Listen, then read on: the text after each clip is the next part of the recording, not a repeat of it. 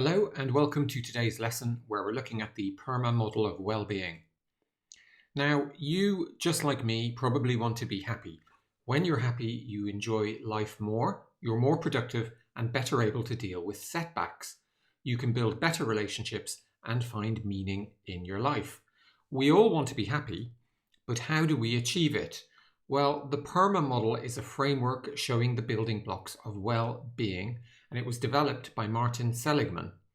Now, Seligman is commonly known as the founder of positive psychology, and he introduced the PERMA model in his 2012 book, Flourish. So, traditionally, the field of psychology focuses on relieving human suffering. It helps us feel better when we are already suffering. So, for example, if you have a mental health disorder. The goal of positive psychology, including the PERMA model, is different. It's to equip each of us to raise the level of our well-being wherever we are right now, and this allows each one of us to flourish. In short, the PERMA model helps you thrive, not just survive. So the PERMA model shows the 5 core elements you need in order to flourish and achieve a positive sense of well-being. Now, no two people are the same, so each of us will find each building block contributes to our well-being differently from the next person. So the factors that make me feel like I'm flourishing will not necessarily have the same impact on you. Now, note that well-being isn't the same as happiness. Happiness is a moment in time, and nobody can feel happy all of the time. Well-being means we have the tools to survive and flourish no matter what life throws at us. So let's examine each of the building blocks in a little more detail. So first we have positive emotion. Now, experiencing positive emotions can improve your health, your life, and your career. We experience positive emotions in response to events that happen to us every day. Now, positive emotion refers to feelings such as happiness, comfort, joy, awe, laughter, pleasure, and acceptance. Positive emotion is about more than just being happy in the moment, though. It's also about being able to view your past and your future positively as well. Next, we have engagement. Now, engagement is the experience of being so wrapped up and engaged in a task that you're willing to do it just for its own sake. This building block often goes by the name of flow. Now, for me, flow happens when I run, but for you, it may happen when you sing, ski, skateboard, write, watch movies, read, or engage in deep conversation. So the third building block is relationships, and having positive relationships is very important to well-being. Your positive emotions are amplified through your relationships. So, for example, laughing with your best friend is more emotionally positive than simply laughing by yourself. Enjoying a great view with your partner brings more satisfaction than enjoying the same view on your own. Now, you can build positive relationships with many different groups. So, for example, friends, family, colleagues, neighbors, and even community members or community groups. Now, humans are social animals, and as such, relationships are critical to our sense of well-being. People who have high positive relationships in their lives have improved well-being and are happier in general than those who do not. Now, the fourth building block is meaning, and meaning comes from when you have a sense of purpose bigger than yourself. This sense of purpose can increase your well-being. Now, the pursuit of wealth in your career might provide you with a goal, but it doesn't on its own bring meaning. Having meaning in your life can increase your happiness and well-being, as we've said. So, for example, loving your partner and being loved provides meaning because it provides you with something bigger than just yourself to live for. Now, excluding your personal relationships, there are many ways in which you might go about finding meaning, including through your wider family, religion, social clubs, social causes, political affiliation, or even workplace groups. And the final building block we're going to look at is accomplishment.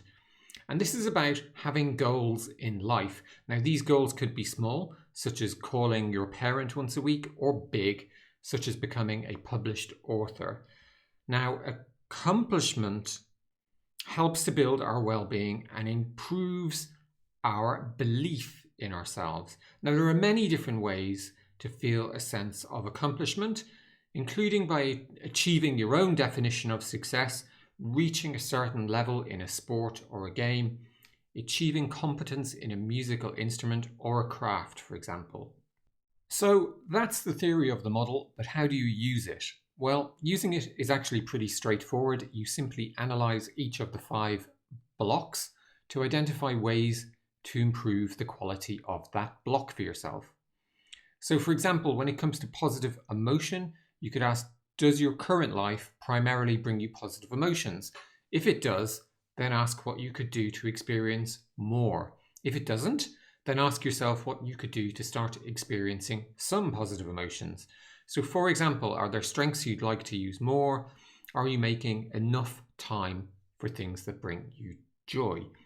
Now, when we come to look at engagement, you could ask, do you feel that you have at least one thing in your life that fully engages you? Now, if you don't, then can you identify an area of your life that you'd like to do more of, or an area you'd like to do less of? And are there maybe any distractions which are stopping you from finding your flow? If we look at relationships, then you could ask yourself, are your relationships with friends, family, colleagues positive and fulfilling?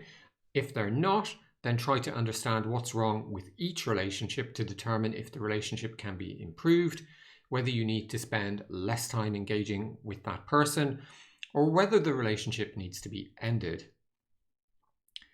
Next, looking at meaning, do you have a purpose in your life that is bigger than yourself? Now, if you feel as though you don't have enough meaning in your life, then you can make sure you understand or find the connection between what you do in the workplace and how it improves the world, no matter how small that connection is.